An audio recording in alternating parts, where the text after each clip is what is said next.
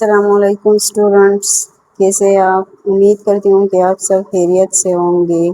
میں اسلامیات کی ٹیچر ہوں، 1 کلاس اسلامیات کی ٹیچر۔ بچوں، آج ہمارا عنوان ہے اذان کا، کہ اذان کیا ہے، اس کا معنی و مفہوم کیا ہے۔ اذان کے لغوی معنی ہے بلاوا یا اعلان کرنا۔ جب اذان کا اعلان ہوتا ہے، مطلب کہ مسجد میں اعلان ہوتا ہے، اذان ہوتی ہے، تو یہ ایک قسم کا بلاوا ہے۔ اور یہ بلاوا کس چیز کی طرف ہے؟ یہ بلاوا نماز کی طرف ہے۔ اور نماز کیا ہے؟ اللہ تعالیٰ کا عبادت ہے۔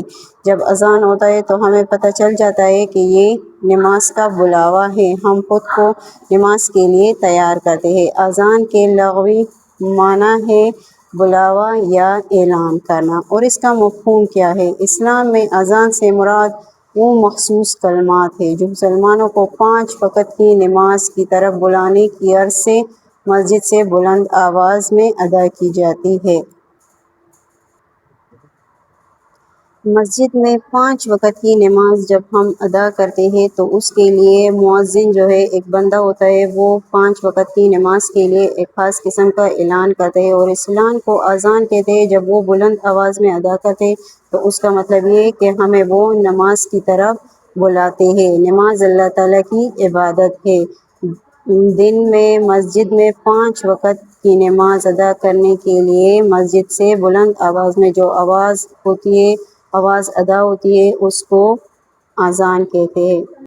اچھا بچوں، اذان دینے والے کو کیا کہتے ہیں؟ اذان دینے والے بندے کو مؤذن کہتے ہیں۔ جو بندہ مسجد جا کر اذان کرتا ہے اس بندے کو کیا کہتے ہیں؟ مؤذن کہتے ہیں۔ کیا کہتے ہیں؟ مؤذن کہتے ہیں۔ دن میں 5 بار ہوتی ہے۔ کیا ہوتی ہے؟ اذان۔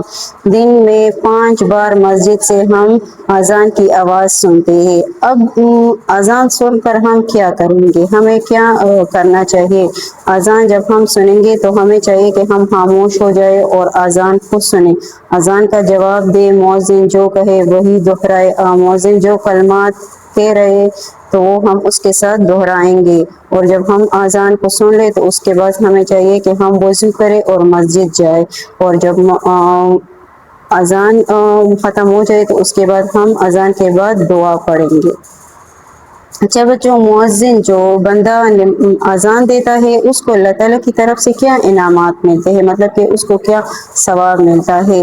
سب سے پہلے اس کی گردن لمبی ہوتی ہے۔ یہ مطلب نہیں ہے کہ بس اس کا گردن جو ہے وہ لمبا ہوتا ہے، مطلب کہ وہ اس کو بہت زیادہ عزت ملے گی، سب سے زیادہ عزت ملے گی اللہ تعالیٰ کے ہاں۔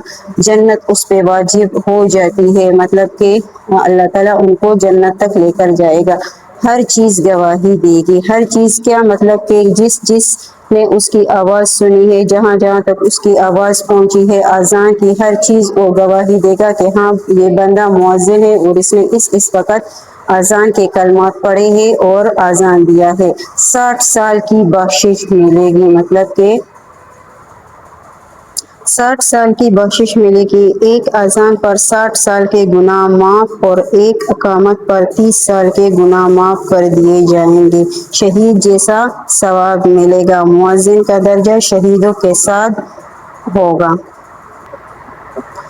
اچھا بچوں، امید کرتی ہوں کہ آپ لوگوں کو آج کے لیکچر کا سمجھ آیا ہوگا کہ اذان دینے والے کو کیا کہتے ہیں، اذان کا کتنا ثواب ہے، اذان سن کر ہم کیا کریں گے۔ اس سارے پوائنٹس کا آپ لوگوں کو اچھی طرح سمجھ آیا ہوگا۔ اچھا بچوں، آپ لوگوں کا ہوم ورک یہ ہے کہ آپ لوگوں نے یہ کرنا ہے کہ اسلام میں پہلے مؤذن کا نام کیا ہے، آپ لوگوں نے یہ تلاش کرنا ہے، اور اذان میں کل کلمات کتنے ہیں۔